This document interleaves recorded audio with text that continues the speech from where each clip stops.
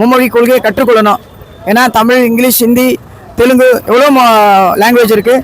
ஆனால் நம்ம பேசுகிறது பார்த்திங்கன்னா தமிழ்நாட்டுக்குள்ளே 2 லாங்குவேஜ் தான் முக்கியம். தமிழ், ஆங்கிலம் மட்டும்தான் 2 லாங்குவேஜாக இருந்தது. அடிஷ்னலாக ஒரு லாங்குவேஜ் கற்றுக்கொள்வது தவறு கிடையாது. ஏன்னா சில நேரத்தில் வந்து இங்கேருந்து வெளிநாட்டுக்கு போவாங்க, வெளிநாட்டில் இங்கே வருவாங்க.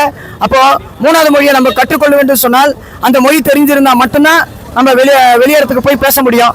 இல்லைன்னா நம்ம 4 பேர் கேட்கும் போது மாட்டிக்கிட்டு முடிப்போம். ஏன்னா இன்றைக்கி இந்த மொழிக்காக தான் நம்ம போராடிக்கிட்டு இருக்கிறோம்.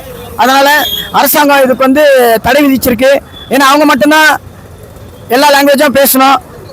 நம்மள மாதிரி ஏழை எளியவர்கள் வந்து தலித் மக்கள், எஸ்சி மக்கள் வந்து கற்றுக்கொள்ளக்கூடாது என்று சொல்லி தமிழ் அரசாங்கம் இதுக்கு தடை விதிக்குது.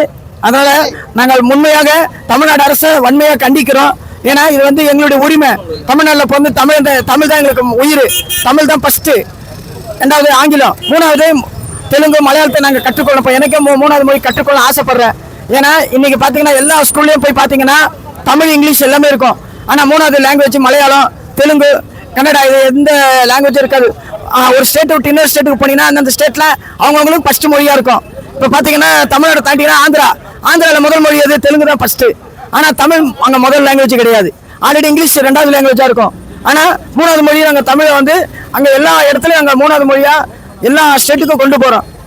ஏன்னா தமிழ்நாட்டில் முதல் மொழி தமிழ் தான். அது என்றைக்கே நாங்கள் மறக்க மாட்டோம். அதனால் தமிழை யாரும் அழிக்கவும் முடியாது. தமிழை நாங்கள் வளர்த்துக்கிட்டு இருக்கோம். தமிழில் தான் இன்னமும் நான் பேசிகிட்டு இருக்கேன். தமிழில் தான் இந்த வீடியோ எல்லாருமே கேட்குறாங்க. அதனால் வாழ்க தமிழ், வளர்க தமிழ்.